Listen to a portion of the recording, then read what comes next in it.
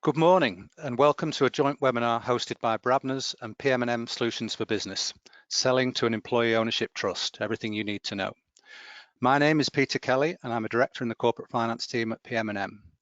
I'm delighted you're able to join us this morning as the subject of employee ownership trusts, or EOTs as they will probably be more often referred to, is becoming increasingly popular as an alternative exit strategy for business owners.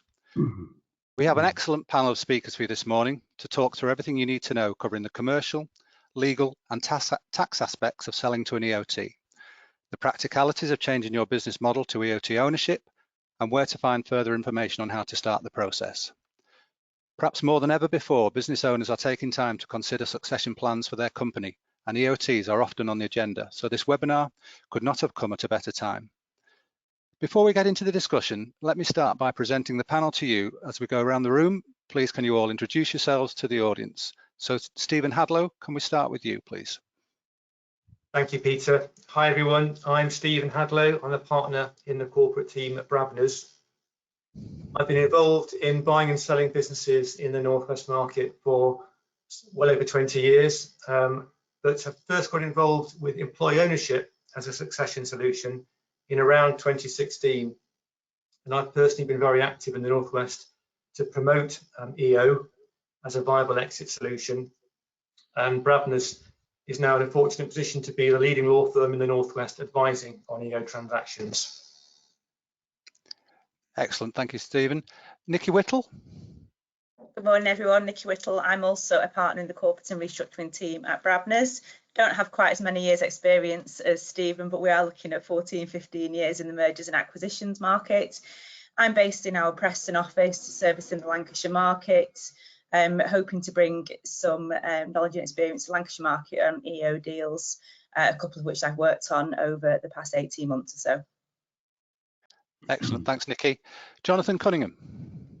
Hi, I'm Jonathan Cunningham. I'm a tax manager at PM+M for the last 15 years. I started as an accountant but found that far too exciting, so I moved into tax. My remit is own and manage businesses across various sectors. As part of that, I deal with the business sales and purchase tax side. Traditionally, we were looking at kind of management buyouts when we were looking at employees getting involved, but increasingly we're having the EOT discussions with clients, possibly because of the change in the lifetime limits to BADR and entrepreneurs relief.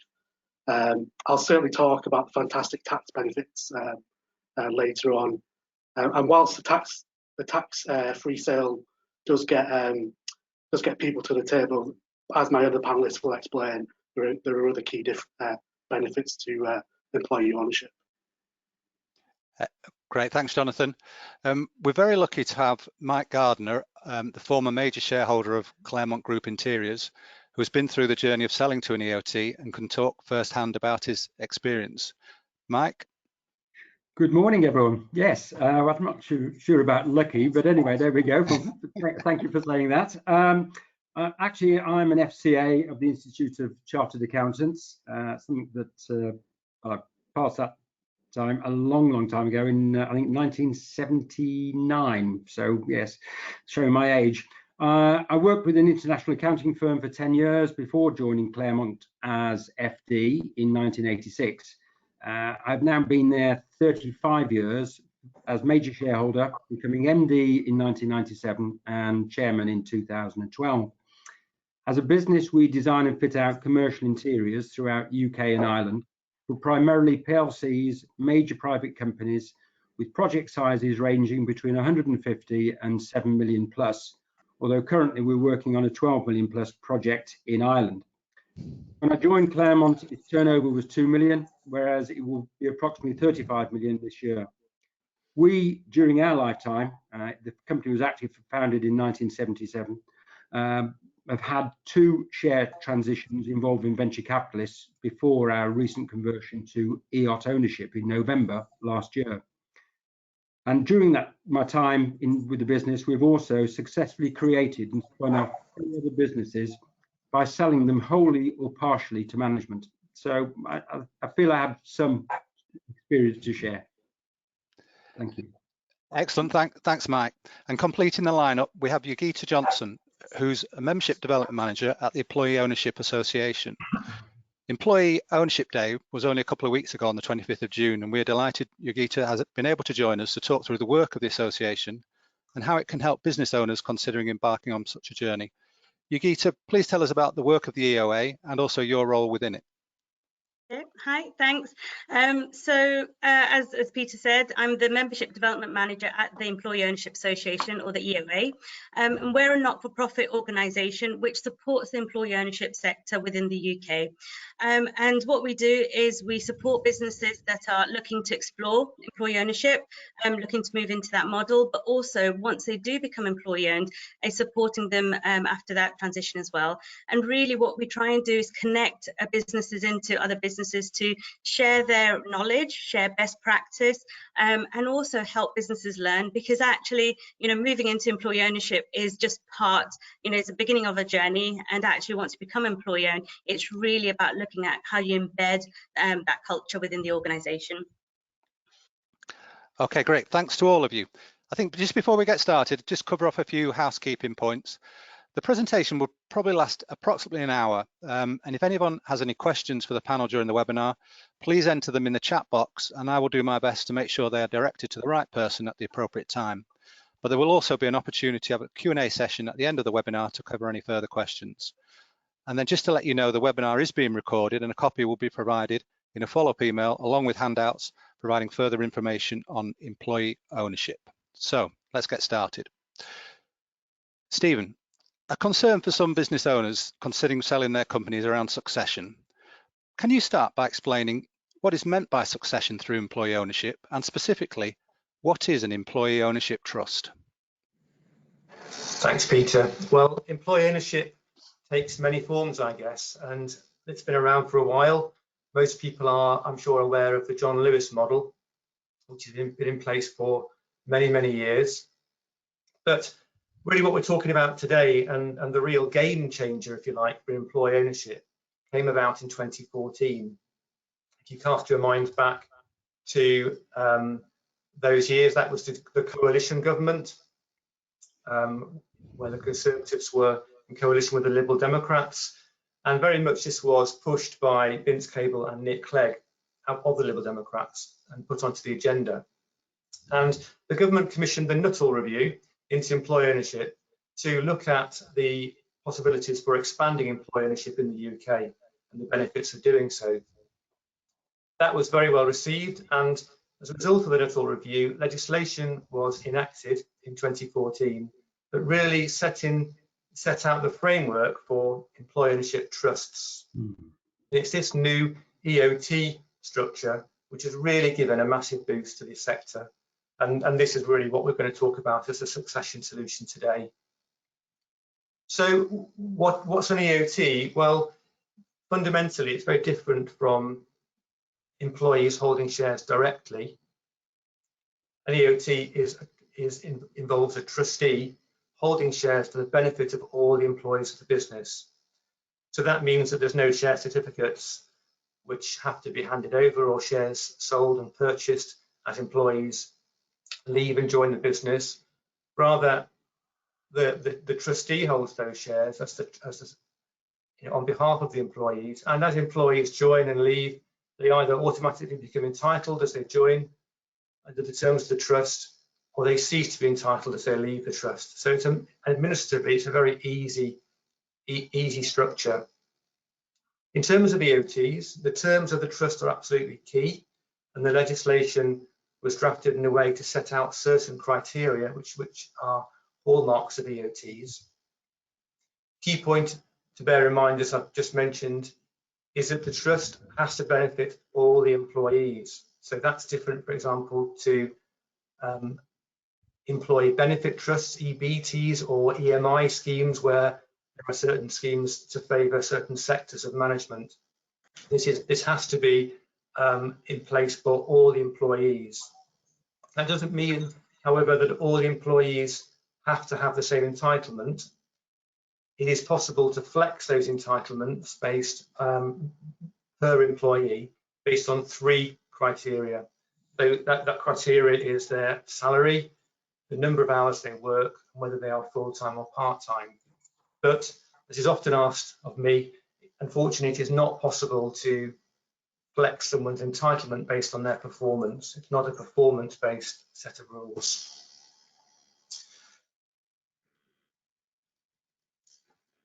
Fundamentally, the EOT must hold the majority of the shares as well to qualify in the legislation. That means both voting rights, capital rights, and income rights. But that means that this is quite a flexible model, and it does suggest, obviously, that 49.9% of the shares can be held by other stakeholders. So that can mean that you don't have to sell all shares to the EOT. You can sell that majority stake, and the shareholder can retain some shares, or there are shares available for new management, either through an EMI scheme or through direct shareholdings. So EOT deals can be surprisingly flexible. There's also no requirement that a seller has to leave the business when they're selling their shares. It's possible to crystallize the value in the shares and put in place a transition plan for management at a later date. And typically, a shareholder will want to hang around in the business and make sure the business is performing, particularly if they're owed money through deferred purchase price. So in summary, an employee ownership trust is an indirect ownership model, not a direct ownership model, and it involves a trustee holding majority of the shares on trust for all the employees of the company, and that's in its essence what an EOT is. Thanks, Stephen.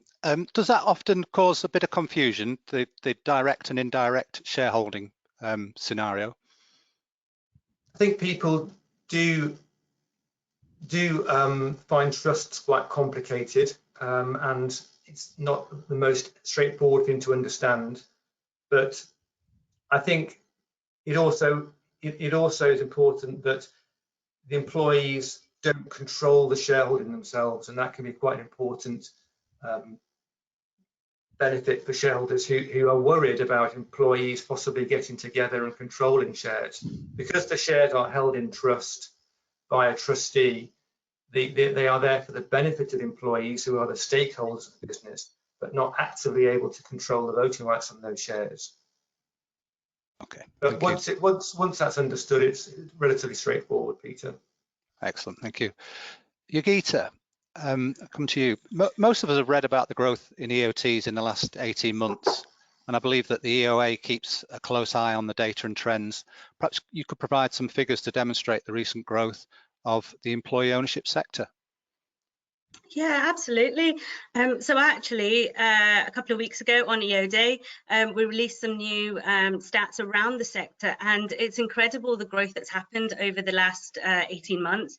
There are now around 730 employee-owned businesses across the UK. And in 2020, there was 148 new businesses registered, which is actually a real record number. So we're really seeing businesses choosing a succession option that goes beyond just selling the business. You know, it's a different way of viewing the business and the long-term sustainability of business. And I think in 2021 so far, we've had like 113 new businesses register. So it definitely is a growing sector in terms of the number of businesses. And I guess taking a little bit of a look at the shape in terms of the types of businesses that become employee-owned. We've consistently seen professional services businesses, so those tend to be more people-centric, being in our kind of top 5 sectors.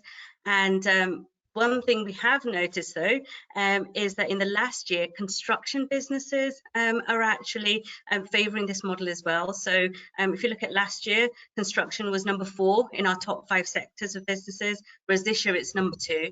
And certainly from anecdotally, from a membership perspective, we've seen a lot of our members coming through within that construction industry as well.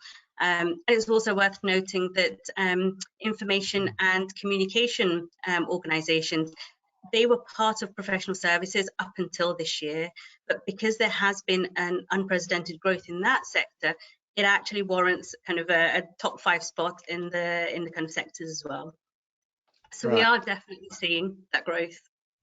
And is that, you mentioned a few specific sectors there, Yogita, but is that growth being seen across all sectors, or just the few that you've mentioned? I'd say we've seen the sector itself, or the EO sector, is diverse. We've got businesses from pretty much all the different areas, but we do see a consistent growth in those top 5 sectors. So I'd say across the piece, the type of members that we tend to get are from lots and lots of different areas, but we've seen a consistent growth in the kind of top 5. Okay, so Stephen, with all this growth, perhaps you could shed some light on some of the reasons why shareholders and management teams find a transition to employee ownership so appealing. Thanks, Peter. Yeah, thank you. Yeah, I think there's lots of reasons, is the honest answer.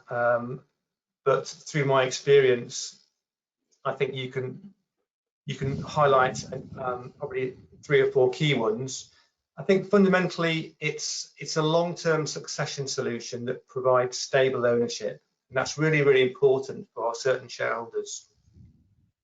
Is selling to trade can be the right thing to do, but not always, and certain owners feel reluctant to do that kind of transaction, particularly if that's a buyer that's one of their key competitors they've been competing with for a number of years, or if the business is in family ownership, and selling a family-owned business to a trade buyer can be a really fundamental thing, a step change for the business. Sometimes we've spoken to clients that have actually looked at a trade sale, and it's, for whatever reasons, it's not worked out. The sales are aborted, and they've just lost trust in that process, and they feel that goalposts have been moved or whatever, and they want to look at another option. You mentioned professional services. Yogita mentioned professional services a minute ago, and possibly one of the reasons why they are quite growth sector for EOTs is that those kind of businesses are notoriously quite difficult to value. So they may have little or no recurring income and probably minimal substantial net assets. And so for those kind of businesses, quite difficult to sell to a trade buyer to get a proper value, if you like. And those challenges can be overcome through an EOT sale. The other thing, obviously, with all that is culture, and I guess that's probably the overwhelming reason why people look at EOT deals. They want to protect that, and they see that a sale to trade may well jeopardize that. And there are good and bad trade buyers out there, but the bad ones tend to rationalize staff once they've purchased the business, possibly renegotiate with customers, possibly rebrand. And if that doesn't go as it should do, then quite quickly the legacy and the culture of the business that's been sold can be lost. And even though sellers may get full value for their shares, they actually do. It does matter that the company that they've helped to grow is no more, or is in a form which is unrecognizable. So that I think that culture message is really, really strong. And it's also then, oh sorry, I was going to say, it's also then about protecting the employee's interests as well, then, not just the culture. Absolutely, that's very much part of it. Employees are part of the growth story. It's not just one person at the top that makes businesses successful. And I think business owners do see that, and they want to reward staff that have helped to grow the business, and employee ownership does that. And it creates that sort of platform for the business to grow. And as I say, without the sort of shock type actions that may happen as a result of a third-party buyer looking to rationalize staff, and obviously, ultimately they lose their jobs.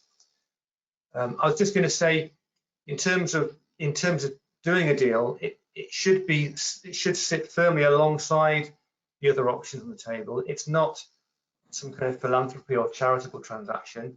This is about a market value sale, and it's designed very much to ensure that shareholders receive market value for their shares, and I think that's really important. There are companies that have a philanthropic angle to their deals, but the deals that we do typically don't. and they are sold for full value. It's obviously a much more relaxed sale process as well. So, you know, if you are embroiled in an arm wrestle with a trade buyer or a PE-backed purchaser, then, you know, you're going to be giving warranted indemnities. There's going to be a full-blown due diligence process, and that is effectively removed from the transaction. So again, that's another the reason why it can be attractive. It can be a much more carefully managed internal process. Obviously, third-party buyers can change goalposts as they go through the transaction, and again, that can unsettle shareholders when the deal they think has been agreed gets changed down the line. It's not risk-free. I don't want to pretend that, but I would say overall it's a transaction which is designed to allow business owners to sleep better at night in terms of the deal they do. We talked about the employee culture, Peter, that you just flagged, and that big business legacy being allowed to continue. Talked also about the fact that in an EOT deal, you can transition share ownership and transition management later, and that also can suit certain types of businesses. So quite often with a trade sale, there is a limited handover period that can be quite a disruptive and unhappy period. With EOT deals, you can transition management in a more sort of carefully managed way. You do need to have a management team. You know, if that is a problem, if the shareholders are currently the management, then you do need to look at management succession. You still need someone with their hand on the tiller, but you can do that generally in a fairly managed, and you can control the timing of that in a way which you might not be able to do in a trade deal. And of course, there are some tax benefits, which I'm not going to go into because we might talk about that later. But in a nutshell, I would say it's those hallmarks, particularly the cultural reasons for wanting to keep the business in its current form, which are the overriding reasons. Right, thanks, Okay. Stephen. Well, you mentioned the tax advantages, and Jonathan also alluded to that in his introduction. So you've talked about tax advantages for shareholders selling to an EOT, Jonathan. Can you tell us what that looks like and talk about some of the key qualifying criteria?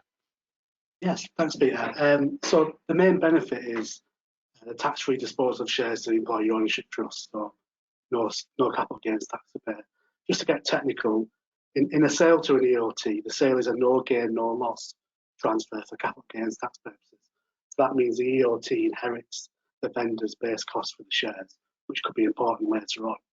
So that's in contrast to the normal sale to a kind of third party or a management buyout, where any gain on the disposal of shares is likely to be subject to capital gains tax at a rate of 20% or 10% if the disposal qualifies for business asset disposal relief, which we formerly knew as entrepreneurs relief. The sale of the shares have to be at market value, and given the type of transaction, it's usually recommended to get an independent valuation there. That's important. As with any tax kind of reliefs, there are conditions, and they've been touched on previously by Stephen. But the company must be a trading company or the holding company of a trading group. So you can't have any investment businesses selling to an EOT. So a property rental business, that wouldn't qualify. And again, as touched on before, the vendor must be selling a controlling interest in the company to the EOT. So we talk about a controlling interest being, 51% or 50.1%. If the vendor retains shares and then sells any future shares to the EOT, they would be subject to capital gains tax as normal. So you've effectively got one bite of the cherry here. So you do need to consider what percentage of the business is being sold, because future sales will be subject to capital gains tax as normal. There's no specific exemption from transactions and securities anti-avoidance legislation. So if you've got deferred consideration and things like that, and looking how you're going to fund this purchase, certainly a HMRC clearance should be sought here. I think that should be recommended. all employees of the company need to be beneficiaries of the EOT. You can have a qualifying period for new employees, so they might have to be employed for 1 year before they can join. But all employees will need to be beneficiaries of the EOT. And obviously there are exemptions to this for excluded participators. So broadly speaking, excluded participator means a person who has a 5% or greater share ownership pre and post sale, or anybody connected with them. These employees are not classed as eligible employees, and they can't benefit from the trust. So this is likely to include the vendor and any employees with EMI options over more than 5% of any class of the share class. There's also a limited participation requirement. So the number of employees with a shareholding of 5% or more, together with their connected parties, cannot exceed 40% of the total number of employees.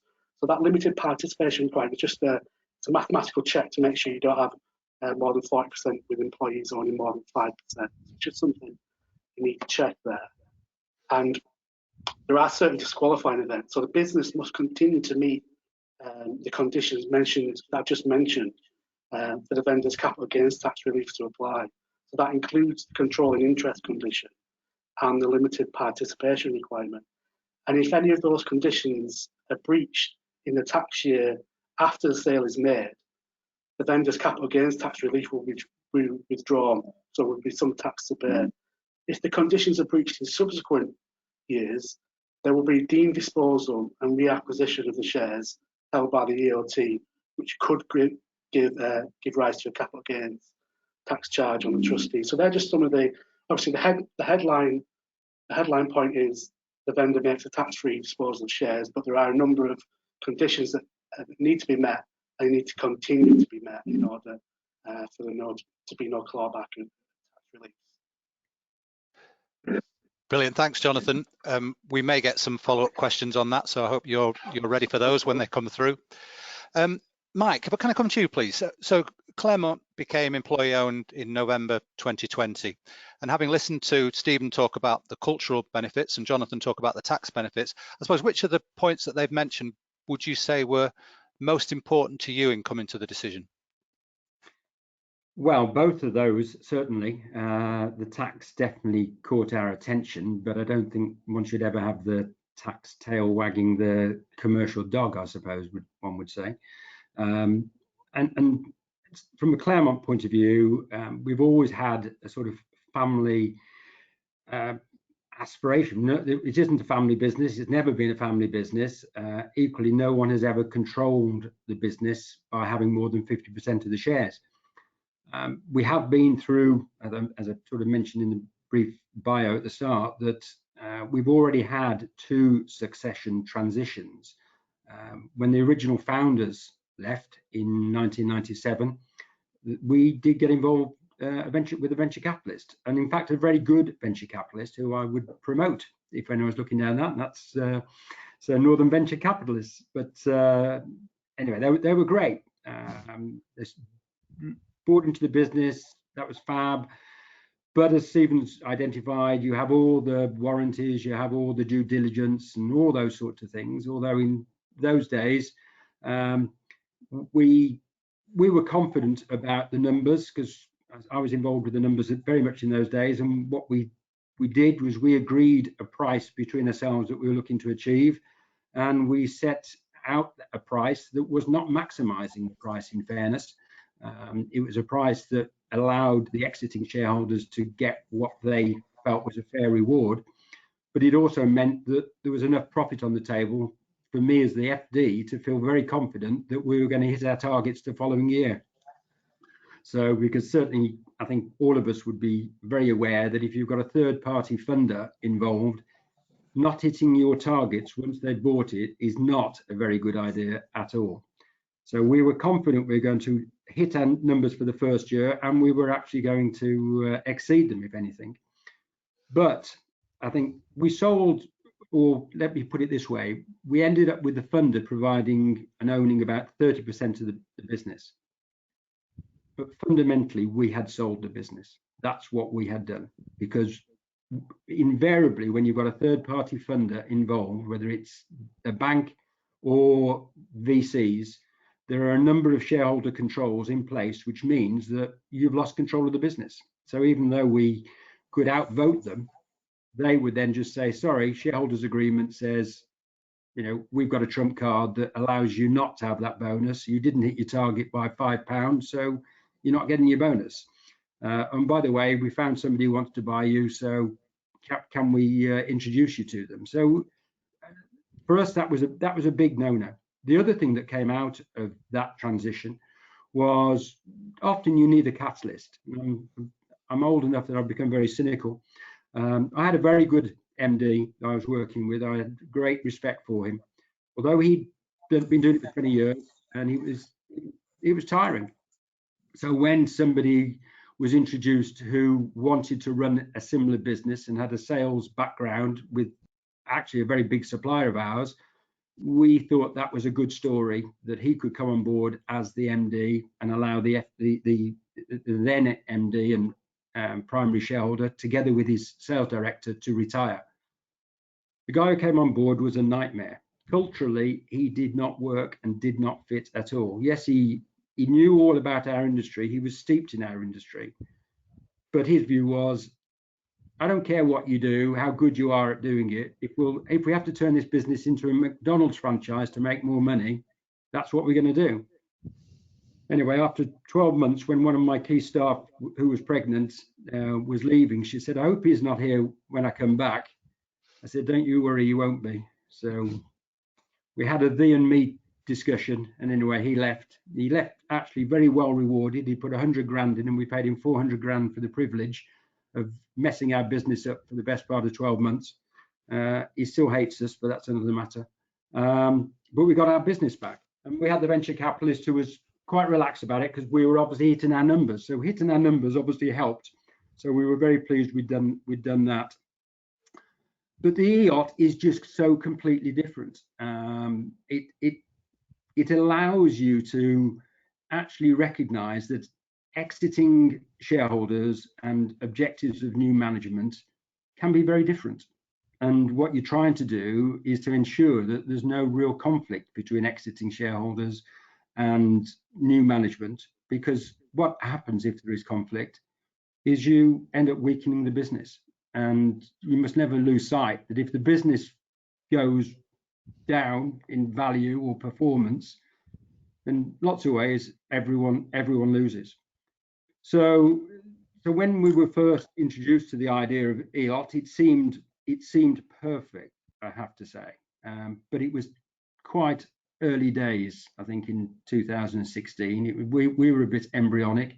Certainly, whilst I'd handed over the reins of running the business in 2012, and by the way, we'd actually brought the VC out 12 months after we'd got rid of the MD who didn't fit, because by then actually the rules had changed for what we could do as a business in terms of our main supplier started to flex their muscles, and the venture capitalist view was, you're doing great, you're hitting your targets, but we don't really want to be here. So we bought them out. And actually, just on that, one of the things we did do was we offered shares to members of staff buying out the VC, and they got a good return. They got a 25% return on their money. And so we were buying the VC out, and we just said to a number of members of staff who were credit controllers, warehousemen, whoever, this business will never be big enough to float, but what it hopefully will do is it will provide a good livelihood, and maybe somebody along the way will come and buy the business for a daft price. So do you want to buy any shares? But there's no guarantees. We didn't want somebody buying one share, and we didn't want somebody selling the house to buy them all. So we put a limit of £20,000 as the top limit and a bottom limit of £5,000. And actually about 20 people did buy shares, and it raised £200,000, which was, I have to say, quite humbling that people were going out and borrowing money from Aunt Maud or from the bank or whatever to buy those shares. But it showed how committed they were to the business. And so it's just typical of Claremont in many ways. So when we all move on, succession is something that is always almost the first question a professional asks a new client. What's your succession plan? And often we'll say, no, we just want to run the business. But as you get older, you can't stop the clock of time.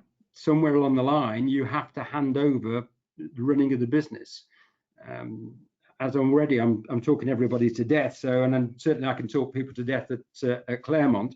So eventually, I decided that I should hand over the reins, because there's only so many times you can stand up and do the rah-rah speech, encouraging the troops to go over the top once more. So we changed the actual management of the business to some trusted people who worked with me for a long time, but they had a different tone of voice and a different style that meant that I then stood back and became chairman. But at that stage, I still had no view of how to dispose of my shares, because ultimately, yes, I wanted to build a capital value. You know, my view is incomes actually give you lifestyle, capital changes lives. And so ultimately you want to convert your shares into cash. So coming back, the EOT was fantastic because culturally it ticked the big box. Yes, there was a big tax incentive.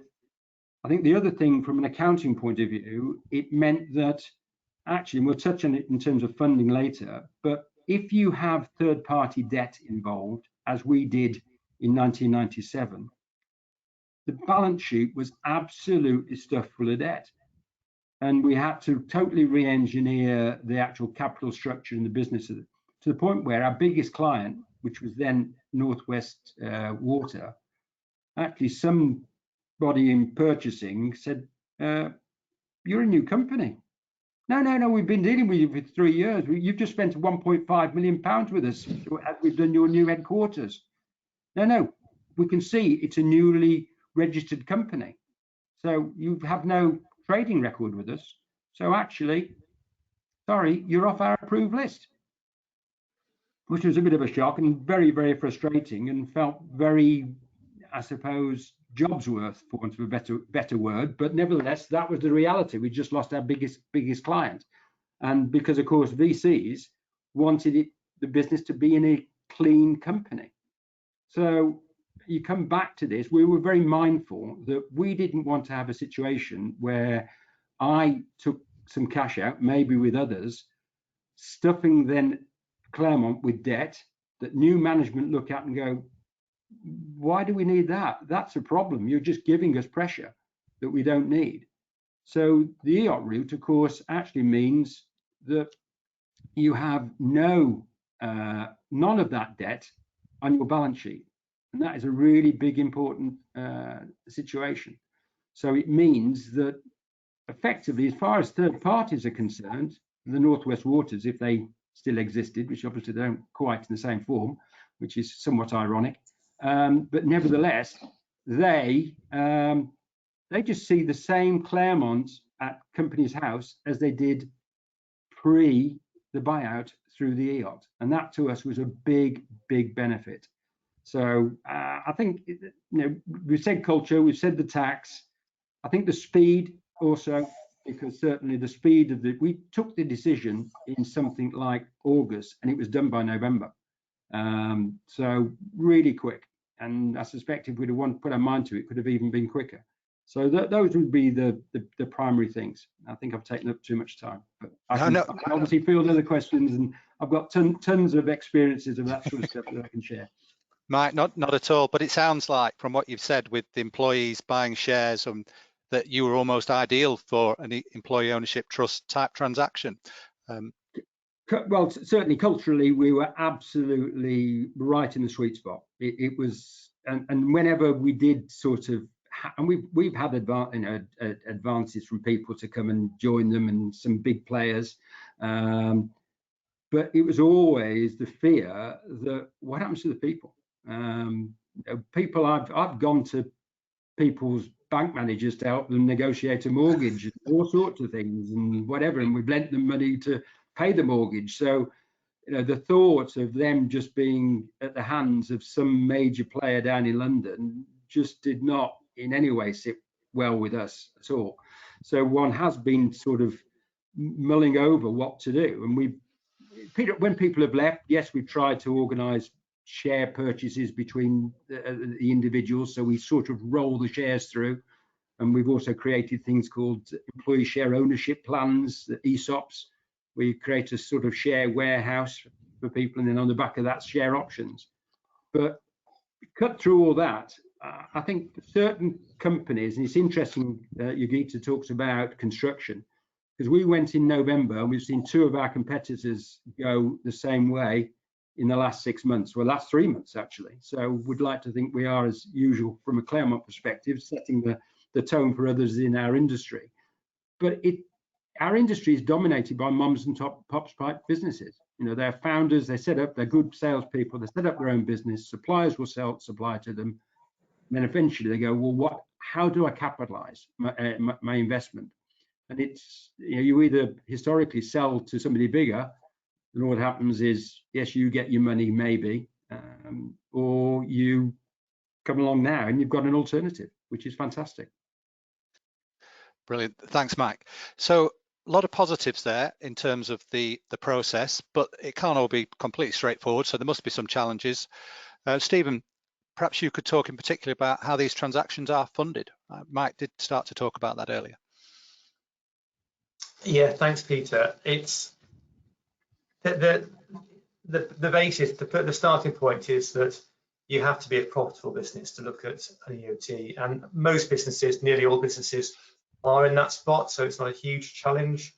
But obviously, if you're a tech business that are burning cash and not making money, then it's not going to be a deal which you can conclude. The basis for that being that it is the company which creates the cash to pay the shareholders. And typically most companies that we speak to have some balance sheet cash available to pay out a lump sum on day one, and then a plan to pay out the balance of the purchase price over typically a number of years, and that's generally a longer tail than you might get with an MBO or certainly with a trade sale. So that could be 6, 7, 8, 9 years. So there is some risk for shareholders in the sense that they may only get a small percentage of their purchase price on day one. But given, as Mike said, the business is not fundamentally changing, and as long as they feel comfortable that the forecasts are robust, then most shareholders will go with that, and they'll feel comfortable that yes, it might take a while to get paid, but they feel comfortable they will get paid. And there are some protections that we can put in place in the deal paperwork, which gives them, as I say, some protections over that debt. I think Jonathan mentioned that if you are looking to sell a less than 100% or a smaller percentage, you won't get capital gains tax relief on a subsequent sale of shares that you don't sell. You won't sell one bite of the cherry, I think Jonathan said. So again, most shareholders will say, well, okay, I'll sell all my shares or a significant chunk of my shares. I'll get the full tax relief on the full purchase price, but I will just wait for the business to carry on performing to get paid. And it's very similar to someone receiving all that through dividends and paying off the tax on that in some ways. But generally, there's flexibility around the deferred payments. So if the business performs better than expected, shareholders can get paid, selling shareholders can get paid quicker. And conversely, if the business is performing less well than expected, then the trustee can hold back certain payments, and that's generally how it works. It's much more flexible than you would get with a bullet payment schedule with a trade buyer, where there's certain amounts due on certain dates, and lo and behold, they're not paid. Some clients do look at external funding, and that is perfectly possible, and that may be for 2 reasons: either to increase the amount of cash available on day one, or to refinance the vendor debt, effectively the deferred consideration, and pay out the shareholders earlier. But in our experience, that's probably about 1 in 10 deals. Most clients feel more comfortable funding the deal through deferred consideration. Fundamentally, I guess, because it puts less pressure on the business. Mike's talked about, you know, the pressures on businesses with VCs and banks, and you know, there's no point doing an EOT deal if you're going to go down that road and put too much pressure on the business, and that debt is too expensive. So in a nutshell, that's how that works. Obviously, if the business can't afford to pay the full purchase price, and you know, for whatever reason, the period of time may be too long for the shareholders to get paid out, then there's a possibility to structure a deal where fewer than 100% of the shares are sold, because obviously if you're selling fewer than 100%, the purchase price will go down proportionally. But that's basically how deals are funded. Okay, thanks, Stephen. Mike, I'll come back to you on that point in a second, but just want to speak to Nikki on this, joining us on a wedding anniversary. So thanks very much and congratulations. Thank you.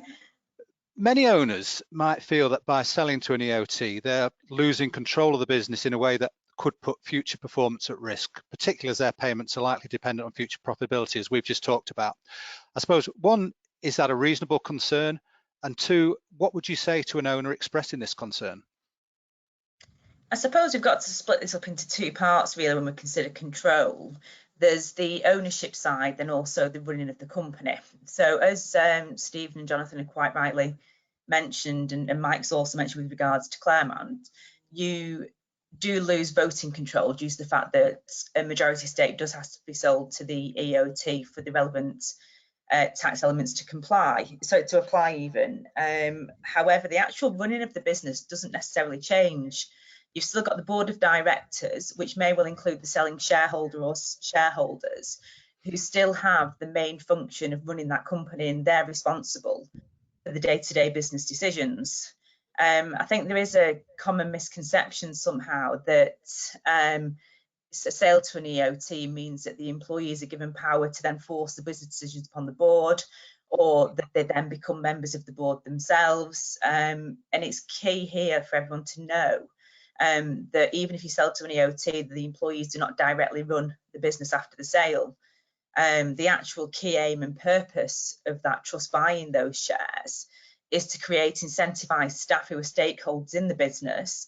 They benefit from that business, but do not run the business.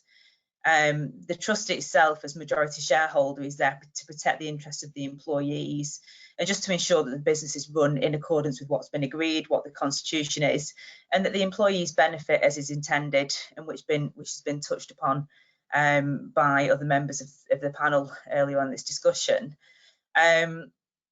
The trust in all likelihood is actually a safer shareholder than an individual corporate or private shareholder, whether that be private equity or venture capitalist, as Mike has touched upon, as there's no ulterior motives or personalities involved.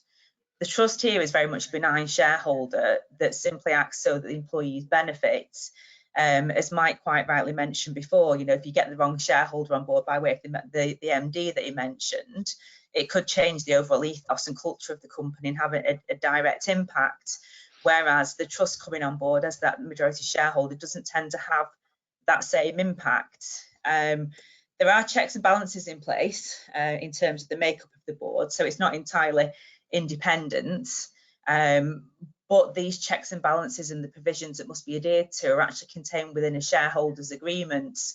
That shareholders agreement is negotiated alongside all the sales documents at the outset. So what's actually in that document will not come as a surprise to an exiting shareholder, and they will be able to go in there with their eyes open.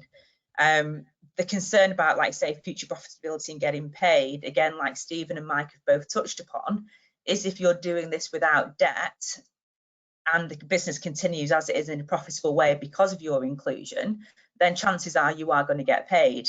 There's not going to be those restrictions, again, like Mike touched upon before, where he said, you know, everything needs to go to a funder for approval. That's not the case. The business should continue as it does. And if it was profitable before, save for some major impact, then it should continue in a way that remains profitable so that you will get paid. I think that whilst an employee representative can be appointed to the board, There's no suggestion here that an employee should be on every board of directors of every company in which an EO deal does take place.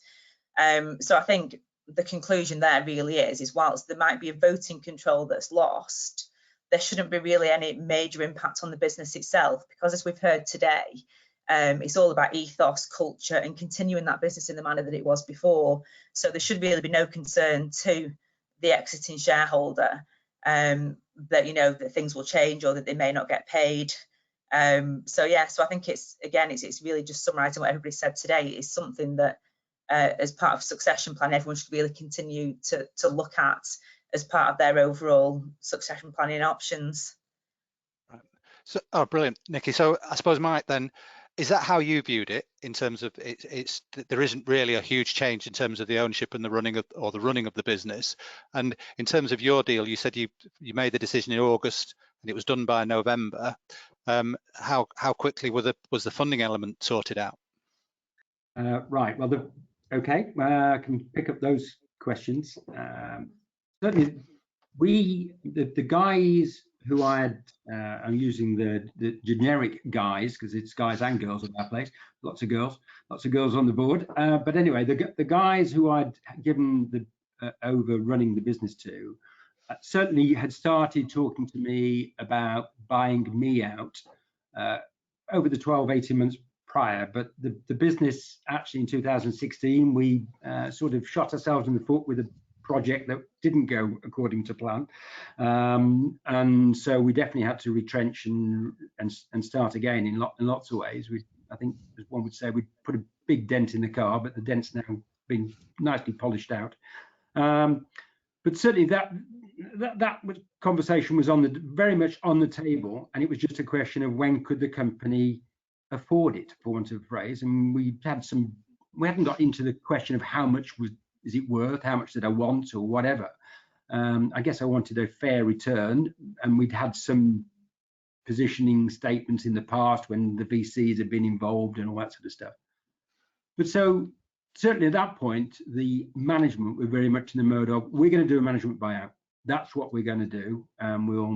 But actually we'll use because we'd had enough conversations, in fairness, with Stephen and one of our other advisors, to have some idea of the EOT, about the exiting shareholders providing the funding. So the idea was, we're going to do a management buyout, and the good news is you'll get a bit of money, but you'll get the rest of the money over time. Happy days. So I said, okay, well, we'll see how that all pans out. And I wasn't completely convinced, but we allowed the guys to develop their ideas on that as to how the shares would work, because certainly we were very much in mode of, there's an up and coming new generation that really, particularly after we put the dent in the car, we put a lot of time and effort into giving training to those people and developing them. So we said we need a broader base of management to move this business forward. So having done that, we wanted them to have shares and to have a stake in the business. So we had already given them share options, but quite relatively small in terms of the numbers. So, but the management buyout seemed to be the route that everyone felt comfortable with, because it's a route that, can I say, if you haven't been exposed to EOTs, you go, well, either you're selling to a third party or you do a management buyout. Those are the two routes. That's all you've got. So when you started to look at the management buyout route, actually you start to uncover things that just go, this isn't going to work. Because yes, the good news is that we're not going to get a funder involved, having had the fingers burned, or we'd had our fingers burnt with funders previously. So that's great.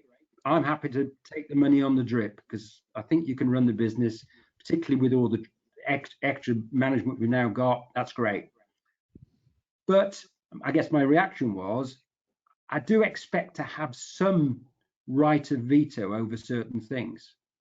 So I don't really want to find, I trust you implicitly, but I don't really want to find that all of a sudden your salaries have trebled, and oh, by the way, this year we can't pay you, Mike. I said, that's just not going to work, is it?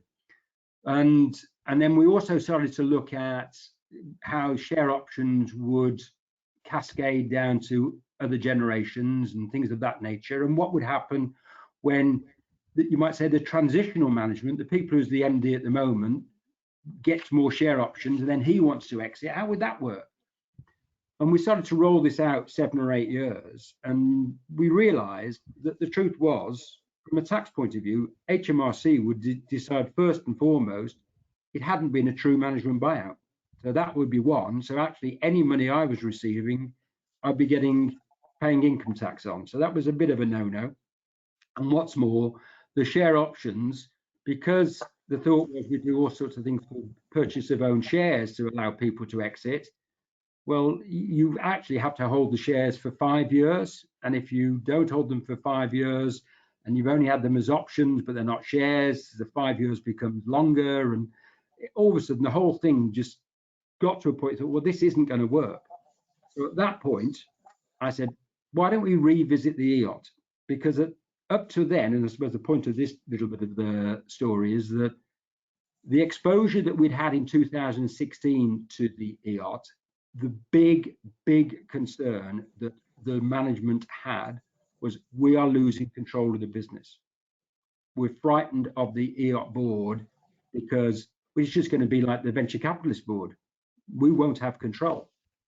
Now, so that was a big obstacle, and everyone around the table who, like the new management who were old enough to have been there. In fact, the lady who's on the board now was actually the girl who was pregnant all those years ago, who said, I'm not coming back, you know, if he's still here. So she was definitely in the mode of, you know, I'm nervous of having somebody we don't know on controlling us, however much you try to reassure us with that. And so that was a huge obstacle for us, and a huge obstacle for me to get people to really buy into the EOT. So fortunately, between Stephen and our other advisors, they went through that absolutely piece by piece to get to a point where really everyone understood that the EOT board is there. In many ways, the objectives are aligned. It's about making the business profitable. It's about looking after the business as a whole. So you're not going off to buy some swanky boat or something that only 2 or 3 people can go on. Never done that, but anyway, there we go. But you are trying to ensure that everybody benefits because they can see security in their jobs, they can see career development, etc., etc. So the conclusion that everyone came to was that the EOT was absolutely ticked all the boxes, because the biggest obstacle was this thing: we're going to lose control. And Tim and the guys on the board said, no, we're not going to lose control. We understand it now. You know, we run the business. That's what we do. And really all the EOT board is doing is saying, we want to make sure you're still running it right. And we'll try and help if it's not, but we're very much hands off. So fairness, we got an independent guy to come on as chairman of the EOT board. We'd identified him as a mentor. That is another accountant. We've got so many accountants, but he's another accountant. He's obviously run businesses, and he's a mentor has been working with all of our senior leadership team to development. And he seemed the obvious person because he actually understood our business, understood the people involved, and they trust him. Yes, I'm on the EOT board to, I suppose, oversee the exiting shareholders. Tim's on the EOT board to look at it from the company's perspective. And yes, we appointed Jana, our HR manager, because everyone knows from what's gone on over the last 12, 18 months with the business, the way we've re-engineered the business, that actually Jana has very much everyone's interests at heart. So she's been appointed at this stage, knowing full well that in 2 or 3 years she'll have to stand up for election, but that's another matter. So I suppose the thing that really worked for us was getting the point across that the alignment of the EOT board and the management board, the company board, is really very close. They both want a successful business, and what everyone's working to, if they can agree a price, because again, the beauty of this situation is the gross amount, which often sellers get hung up on. I've sold my business for 5 million. Yeah, but how much did you receive? 3. Now you sold your business for 3 million then. No, forget the 5, 2 million went to the tax man. And of course, the beauty here is the gross and the net are the same. So actually the company is only funding what it needs to fund, get rid of the likes of me. So in some ways it's funding less. And I'm happy to take the money over time because I trust the business is profitable. I can see it's profitable. I see the budgets. I can have a view. I have an opinion. They don't have to listen to it. And sometimes they do, sometimes they don't. So I think you get a really virtuous circle. But there's no doubt this is not something for everybody. And I'll just touch on that. One of the businesses I have set up is a technology business. And in fairness, it's just done a deal that means it is very cash positive and very distributable profits positive. It wasn't up until recently. So it definitely didn't fit the EOT solution. But the industry is such, this is a business that was always started with it. We're going to build it to sell it. It's taken longer to do that. Whereas Claremont, the view was, we'll never sell it. Now, but somewhere along the line, you have to extract funds for the existing shareholders to actually give them a reward. But the way it's been done now, we can do this and effectively reinvent this wheel time and time again. And I had the good fortune to speak to the founder, who I knew was not very well. And I said to him, I said, there's two things that you are going to have that will maintain your legacy. You've still got your name on your seat at Man United because we've got the seat. So he was delighted with that. And I said, we've done this EOT, and I explained the EOT transaction. And I said, do you know what? Claremont will be winning business for the rest of the days that we have on this earth, as long as we've got good management, and good management, keep recruiting good management, because we now have a model that will work ad infinitum. So yeah, for us, it was perfect. And on the basis we didn't need an external funding, we all trusted each other. It was really a very simple deal to do. Once that one hurdle was the most difficult hurdle to overcome. Okay, that's great. Cheers, Mike. Thanks very much for that. Yogita, we've heard a lot about the benefits to the business, and I think the EOA talk about inclusivity, resilience, and sustainability as the three pillars of employee ownership. Maybe you could expand on this a little and describe the EOA's experience in terms of how employee ownership works for companies once they've become employee owned. Yes, definitely. And what I'll say is a lot of what Mike's just said really falls into each of those pillars. The fact that sustainability piece around a long-term view of a business is definitely very key to making employee ownership work. But so at the very heart, employee ownership serves to share more reward, more information, but also more influence with the employees and with everyone that works within the organization. And for us, that kind of builds that resilience piece around businesses. And it's worth mentioning that in Scotland, there's been a survey that's taken place quite recently of employee-owned businesses. And actually what we found is that there is a real resilience within EO businesses, because, throughout the pandemic, about half the businesses that were surveyed actually grew, or their turnover wasn't affected. Caveat with that, I know that certain industries fared better than others, but actually on the whole, what we also saw is that there was more of a emphasis on job retention, and actually how do we provide everyone that works for us with some stability, some security around jobs. And for me, that's what builds that resilience, is to say, do you know what, we're not in this just for shareholder value, we're in this for our stakeholder value. Everybody that works within the business, everybody that supplies business, our customers, we're actually working for all of them. And for me, that's where that resilience comes from. And around inclusivity as well, we heard from Mike around everybody's in this business, everybody works for this business. So actually employee ownership and our experience of it is that suddenly there is, well, not suddenly, but the culture is usually already there. The view is we want to make it better for everyone that works here, not just the management, not just the few that kind of take home the bigger paychecks and the bonuses. And I mentioned sustainability again. Anecdotally, what I find is that employee-owned businesses tend to be quite frugal. So they'll say, well, actually, we want this business to survive in the long term. So what can we do to protect it? Well, it may be that we don't take as much of a profit share and we reinvest in the business itself. And for me, that helps that sustainability and that kind of eternal, well, we're here to look after the business for the future.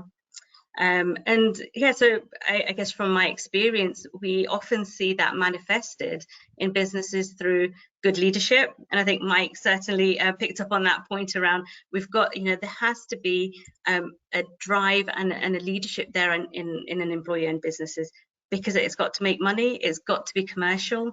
But we also see good governance. So the relationship between a trust board and the operating board or the senior leadership team has to be strong, and it has to be one that is supportive of each other. It's not well, the trust board is here to challenge. Yes, they are, and yes, they will hold the business to account, but it's for the best interest of all the employees and for the benefit of all the employees. But we also see in practice the good employee communication and good engagement.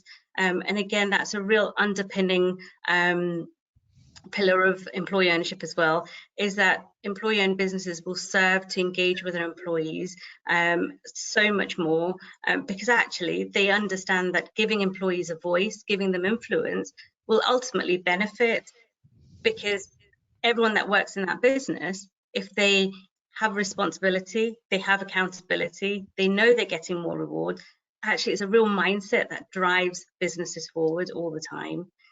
So that's certainly from our perspective, that's what we see within employee-owned businesses. That's great. And do you see or hear feedback from employees saying how much they enjoy or appreciate the benefits of working in an employee-owned company? Yes, well, you only have to look at Employee Ownership Day and the promotion and the celebration that we had across the UK around employee ownership. You see everybody getting involved. So a lot of our events that we hold, members, and it's not just senior management that come to these events, it's actually all employees, all parts of the business can come along to our events, and you see that through those individuals that are employee owners that say, well, here's the difference that it's made to us. And again, lots of anecdotal examples of businesses where the mindset has changed from, well, they're running the business, so what are you going to do to make it better for us, to actually, if we as employee owners work for this business, then actually it benefits us. And again, we see that through a lot of the surveys that businesses do as well. Right. I thought that would be the message. Jonathan, you were talking about tax benefits for the selling shareholders, but there are also tax benefits for employees too. Can you elaborate on some of those, please?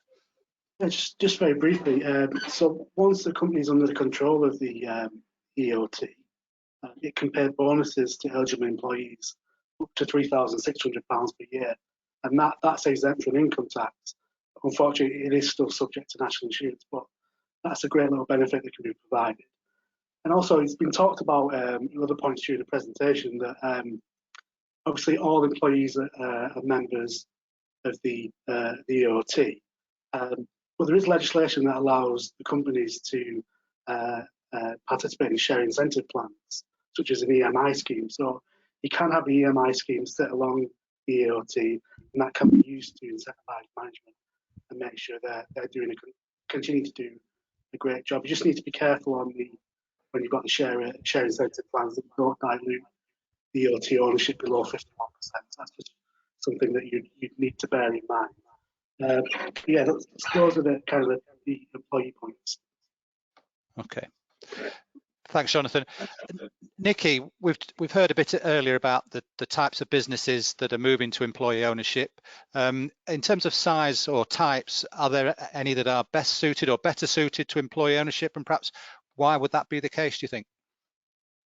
I think, again, there's a common misconception that the employee ownership has to be of a significant size business. I know we've even mentioned today, John Lewis is always the model that is discussed, but I think, as Mike quite rightly said before, is any business that's considering succession planning should put the possibility of EOT alongside the other options. Family business tends to be a one that comes up in Lancashire. I think, as most people know, family businesses are the lifeblood of the Lancashire market. So you've got a business, for example, that has a certain culture, a certain ethos, these are words that we've mentioned throughout the session today, whereby the owners want that to continue. There's longevity there. Again, Mike said that Claremont to be going for as long as anyone is on, they're left for the days, but that's what people want. Those businesses that want the business to continue in the same manner, benefiting the employees, giving security to the employees, and that to me is a family business does kind of come out of that. But it's looking at, and I know we've not mentioned COVID yet, so I'm going to throw it in there just because you can't do a session these days without it being mentioned. But the last, how long, 16 months, it feels like much longer we've been in this. But you will find that maybe a lot of business owners have enjoyed the time. They've enjoyed having some time with the family or taking that little bit of a back seat. So maybe this is one for them to look at. They might not have the management team yet, but if they can keep involved still, bring that management team through, incentivize them through the various options that you can do within the EOT scheme, then it gives them the option to de-risk. They can take some cash off the table. They can do just as long as sell a majority share, or they could sell the 100% shareholding. It's just considering it as an option for all businesses that are looking at succession or looking at some form of exit. And again, it's like Stephen mentioned before, there could be businesses within the market that have gone through a trade sale and that's fallen down. It could be because of the management, it could be because of over reliance on a particular customer at the moment, but there might be things there that can change and can be fixed and will work better with all employees being on board. So what I would say is to any business owner that's considering exit, whether that be now, 5, 10 years down the line, is speak to your advisors about what an EOT can do for the business and can do for you, and again, like Jonathan said, it shouldn't always be tax led, but there are the tax advantages. So it's educating people to make sure that they consider this as an option of part of their overall planning structure. I might just jump in there because it's worth saying that one of the bits of information that we looked at in terms of stats is that majority of the businesses are between that kind of small to medium sized businesses in terms of moving into employee ownership. So it really is a good option for different sizes. I think it's always worthwhile as well. Sorry, Peter. And I think just listening to what Mike has to say, Mike's been there, he's done that, he's been through other options. So he mentioned that there's been, some succession sales. He's mentioned there's been venture capitalists. He's mentioned that there's been, bringing in another shareholder. It's really take on board someone who's been through it. It's easy for us as advisors to tell you, what will happen. But if you can hear it from the horse's mouth, I'm going to start rolling Mike out to my meetings. I hope he doesn't mind. Just so he can kind of. Off the golf course. It's ideal to listen to someone who's been through it, and a success story as well. I mean, in my eyes, I don't know. I've not really heard of anything whereby, true EO sales where there's been an issue. So yeah, just speak to someone who's been through it. Speak to advisors that know about them, and really just take on board the advice that's been given. Well, I'm just going to jump in now, and yeah, I'm happy to come to some more of these sessions. But we've only been in an EOT effective for what, 10 months or something, less than that, 8, 9 months. My maths is bad because I'm no longer an accountant. So, but nevertheless, the business is outperforming anything we've ever done. Unbelievable. The actual, just the buzz that is in a business, even though sometimes we've only got 10% of the people in the office, but the chit chat that's on Teams and all the various sort of, just the excitement that is going through the business is fantastic. And because we have this thing where the exiting group and the incoming group are aligned. The people who are working really hard and doing, they worked hard before, because sometimes I could shout and things like that or whatever, but anyway, but they really worked hard, they really cared. But I don't know what it is, it's just gone daft how pumped up they are, because in one breath they know that they're not working to build a value for me, because I've got my value, I'm just waiting for the cash. But what they are hoping to do is to build a business that will be worth twice what it was when it was sold, when we did the last time. Because yes, they might only own 49% of it, but hopefully it's 49% that they haven't had to go and borrow from Aunt Mabel or whatever to buy. All they've done is carry on doing their job, and then they own 49% of the business through an EMI scheme. It's an absolute virtuous circle. And for us, it has so far been absolutely perfect. And I can't just say how much you've got to try and understand it. And if it may not be for you, but definitely make sure you've understood it before you discount it. Mike, that is excellent. And I was just going to say, look, we're getting close on time, so I was going to go around and ask everybody for a final comment, but I think you've started it off very nicely there with those words. So perhaps if I could ask the other speakers just to say one or two sentences to sum up what they see as the key message for owners and management teams thinking about employee ownership. Maybe Stephen, start with yourself. Gosh, I almost think Mike sort of wrapped it up in a perfect way there. I mean, it's just to reiterate, you know, there are good reasons why other businesses might see a trade sale, but you know, this is no longer or should certainly no longer be seen as an obscure or niche type of transaction. It's perfectly doable, and as Mike said, it should be on the table, on the boardroom table, if you're looking at succession plans. And I think there's lots of businesses where before EOTs were around that I've done transactions for that would have loved to have done an EOT deal if they'd been around, you know, pre 2015, and now they are here. You know, I think it's a great addition to, you know, to buying and to selling on a business. Excellent. Yogita, over to you. So I guess for me, it's employee ownership is around that legacy. You know, we talked about inclusivity, resilience, sustainability, and so employee ownership is a platform to enabling that, and actually, you know, going out and sharing more information with your employees, giving them more influence to really get into that mindset. So again, echoing kind of what's been said is more about it.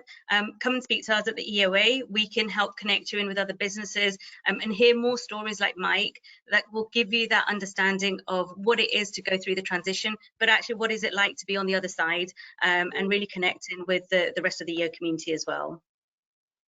Perfect. Jonathan? Mute, Jonathan. Mute, Jonathan, I think. Sorry, I knew that would be me. No, I told you from the start it wasn't going to be all about tax, and you've heard from the panelists the other benefits EOTs, and specifically Mike taking us through the story, which has been fantastic. So going back to the tax point, you know, there are huge savings, and there are tax-free savings for eligible employees. There are loads of strict conditions that you need to meet. And the one thing I would say, if you are going down this route and it is suitable for you, make sure you go for HMRC clearance, especially if it's going to be deferred consideration. Set out your stall from the start, and everybody's on the same page. Totally agree. Brilliant. And then finally, Nikki. Speak to Mike. No, I'm only joking. I think just make sure that you're speaking to your advisors now, even if you're not thinking about, you know, succession planning or exiting for a significant period of time yet. Just make sure that you get all your advisors on board, get a team around you, and just start talking about all of the options available to you, and just make sure that this is one that is on the table. Like everyone said, it might be discounted as not being appropriate for your business, but please do consider it. Do take on board all the advice and listen to that just when you are considering your exit options. And joking aside, Mike, I think that's probably right, that somebody thinking about this should speak to someone like yourself who's been through the process, who really understands what an EOT is and what employee ownership's all about, because I think that would help somebody immensely, wouldn't it? Well, and I'm more than happy to share that. I wasn't putting that on you, by the way, Mike. No, it's okay. I have got lots of war stories which I can share with people over a pint or a cup of tea. But the one thing I would say, and just echoing what Nikki has said, is that make sure you've got good advisors. And actually, I will give a quick plug for Stephen, because without Stephen, I would never have known about an EOT in 2016. And he was absolutely on his white charger, very much trying to promote that. And I was skeptical, and then eventually I got won over. and it didn't happen then, but obviously I'm very, very grateful it's happened now, and so is everyone at Claremont's happy it's happened now. We're really, really on side with it, and yeah, I think anyone at Claremont would be able to give some of the stories that I can. I'm just a bit older and grayer, that's all. So. Right. Excellent, folks. Thank you all very much. I really appreciate that, and it's been really insightful. We do have one question from the audience. I don't know whether this is one for Stephen or for Jonathan. It says, is there a lower limit in terms of number of employees or turnover? In terms of number of employees, there is the ratio between employees who are shareholders and employees who are not shareholders, and that is effectively the number of employees who are also shareholders has to be less than 40% of all employees. Jonathan, is that? Yeah, that's correct. Yeah, that's it, isn't it? I'm sweating then. No, spot on. Yeah. There's no other limitation on numbers as far as I'm aware. Yeah, correct. As long as you're within that ratio, then it's called the participation requirement, and then you're fine. And you have to, I think Jonathan also said, you have to make sure you're within that ratio for the tax year after your deal as well. So if you lose staff and you don't replace them, then you can fall about and it's subject to a clawback. But in terms of turnover, I mean, there's no real rules around it. There are fees to pay, and like all transactions, it has to be viable from a perspective of making it work. In terms of, you can't have deferred payments over 40 years. You've got to just sort of make all those numbers work. Got to be able to pay your advisors, pay some money out on day one if you can, and then fund the balance, which can be very, very flexible. But as I say, there's no lower limits on that. It's just got to be doable ultimately. Okay. It looks like we're almost out of time, and I don't have any more questions from the audience. So it's been a great session. Lots of information covered, including the benefits and the challenges transitioning to employee ownership. So I hope you all found it useful. I would like to say a few thank yous. Many thanks to the marketing teams for organising the event, Stephen McGonigal and his team at Brabners, and Terry Green, Laura Bannon, and the team at PM+M. Thanks again to all the speakers, and in particular our guest speakers, Yugita Johnson from the EOA and Mike Gardner of Claremont Group Interiors. Really appreciate your comments today. Just a reminder that there are handouts and recording of the webinar to be sent by follow-up email. And if you have any further questions or are interested in finding out more, please get in touch with any of the panelists via Brabners or PM+M, and we will be able to assist you. Ladies and gentlemen, thanks for joining us this morning, and I hope you found it informative. Enjoy the rest of your day. And if you've nothing planned, I've heard there might be a football match this evening, so you could always tune into that. So thank you and goodbye. Thank you. Thank you.